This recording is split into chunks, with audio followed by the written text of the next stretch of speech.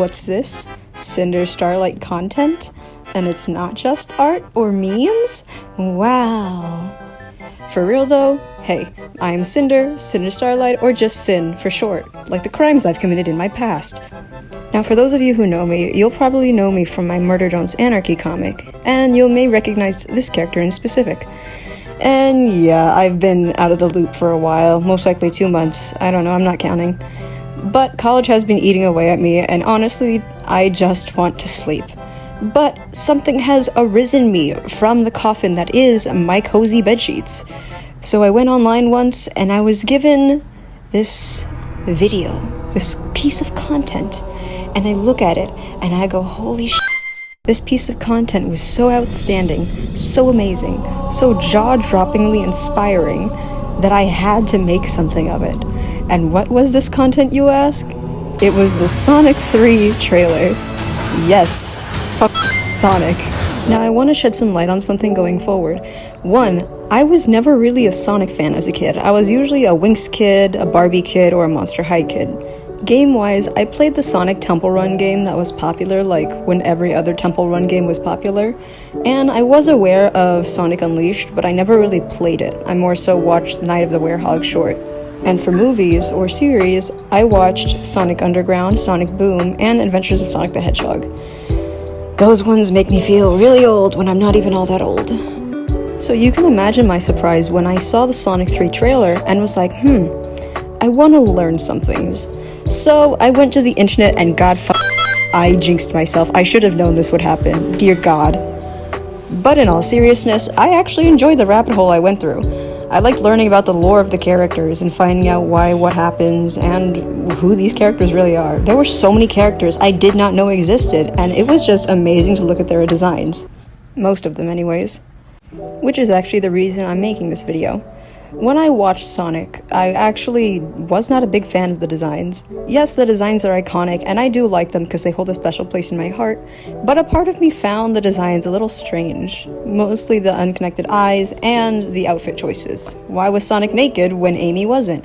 Why did Rouge look the way she did? So I'm taking it upon myself to redesign some of the characters and see how I would make them if they were in my vision.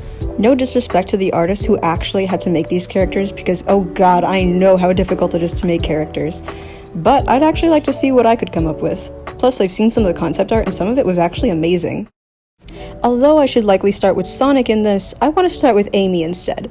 A fun little fact is I never knew who Amy was as a character. I mostly learned who Sonic characters were through the cursed content that was the internet. And it was not accurate at all. But the way I actually discovered Amy was through Sonic Boom. How come I didn't know who Amy was before? It was because I knew Sonya, not Amy. So you can imagine my disappointment when this pink hedgehog who was a badass and was a part of the freedom fighters was replaced with a pink girl who loved a boy and only had a hammer. Yeah, I was a little disappointed. Pretty disappointed. But in the years past, Amy kinda grew on me. Her design was really cute and I liked the pink and red. So, even though I don't really want to change much about her design, I do want to make it a little bit more eye-catching. The main problem I had with Amy's outfit was that it was very flat. It looks like a tutu, but it looks like a dress. The tutu aspect had little to nothing to back it up because there was nothing going on under or with her dress. So in an attempt to give her dress some actual character, I added some ruffles underneath and on the sides of her dress. And to add a tiny bit of flair to her dress, I put a ribbon around her waist and a little bow in the back. Because if there's anything I love, it's cutesy characters who can kill you. I also really liked her headband, which was something I didn't notice for a long time. But when I did notice it, I was like, oh damn, that's cute. So I slapped a ribbon on her headband and called it a day. Now the two final aspects I want to touch on are her gloves, her bracelets, and her shorts. Something that always peeved me as a kid was the fact that characters could have really short dresses and you could always look right up them. And watching Sonic X as a teenager, I was really disturbed by this fact, so I had to give Amy some shorts out of good conscience. As for her gloves, I just had to make them longer. I don't know why, I just felt the need to.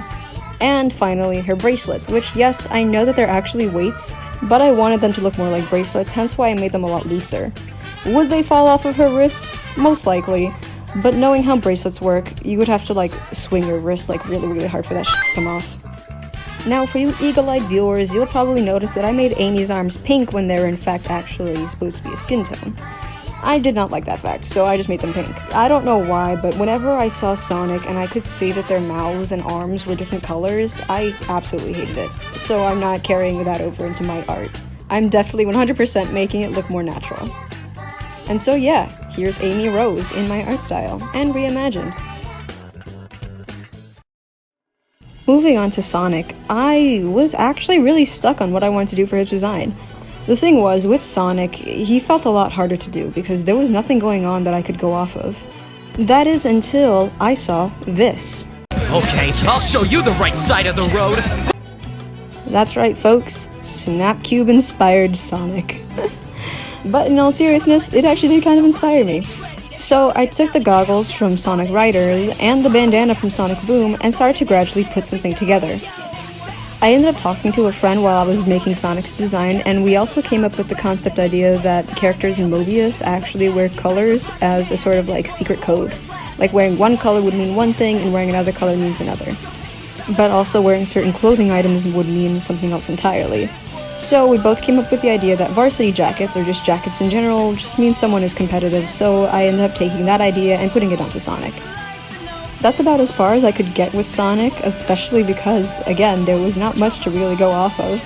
But I liked how he came out. I really had a hard time with the quills because, goddamn, it was so hard to render them. Also, yeah, I know I said I wouldn't do like the skin tone fur for like the face and the like stomach areas, but for Sonic I just had to because honestly he looked so uncanny without it. But I like it. I like how it came out at the end. Next up is Tails, Miles Tails Prower. I don't know if it was just me, but I never knew Tails had a name, first and last. I only recently learned that when I was rewatching the Sonic 2 movie. I've seen Tails before, so I'm not new to who he is, but I never once knew he had an actual name. I probably missed it in a few episodes, but hey, it was a pleasant surprise. Again, Tails fell into this similar fashion with Sonic. He had little to nothing going on, and I didn't know what to do with him. So I had to think about this really good to figure out what to do with Tails. Looking back at the Sonic Boom series, I did see that he had a few gadgets and gizmos and little attachments that made him look more like a mechanic. And with the previous concept me and my friend created of clothing symbolism, I just had to roll with it and hope to God I got something good. So in the end, I gave him these like big goggles, and I also gave him a little backpack because whenever I look at Tails, the first thing I think of, that is a child, he needs a backpack, so I gave him a backpack. I also gave him pants.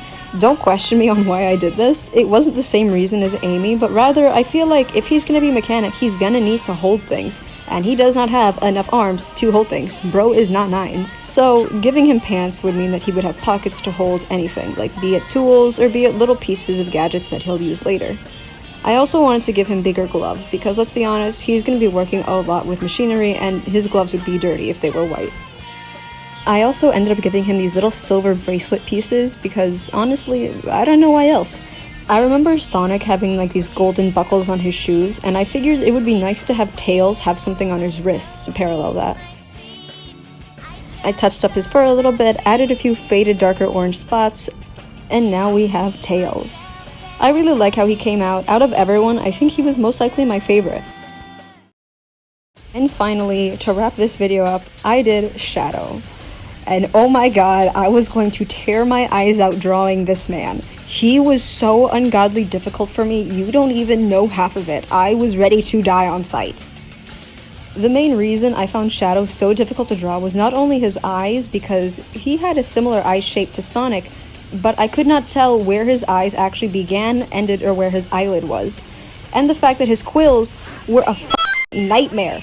It was like drawing octopus tendrils in 12 different directions. I hated it. I hated all of it. But eventually I said f*** and did my best, and I stopped there. For Shadow, I did something a little bit different. I looked at fan art to try to figure out what I should do with his design, and I found people mostly drawing him in leather jackets, and I was like, f***, it's cool, I'm gonna do that. So I did that. It's a little difficult to see in this post, but on one of his arms, it spells out ARC, because I figured that he would want to have a little memento of his home. And on the other, it's the symbol for GUN. Although I did end up making Shadow look a lot more edgy than his actual character should be, I'm pretty proud of how this turned out. I accidentally made his fur a little bit too fluffy, but honestly, I don't really see that as a lose.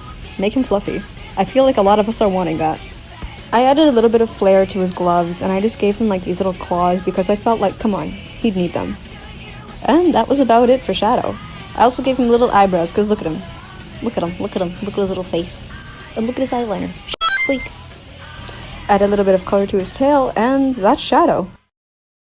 I hope I did these characters justice. I was really doing my best, and this was my first time doing something like this and making a video about it, so I hope it was alright.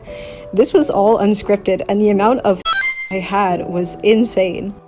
The next video will definitely touch on Silver, Rouge, Blaze, and Knuckles, and a few other characters, but those will be saved for a third video. But if you have some character recommendations that you want me to redesign, I'll definitely take a look at them and see what I can do. But I'll hope to see you guys later. See ya!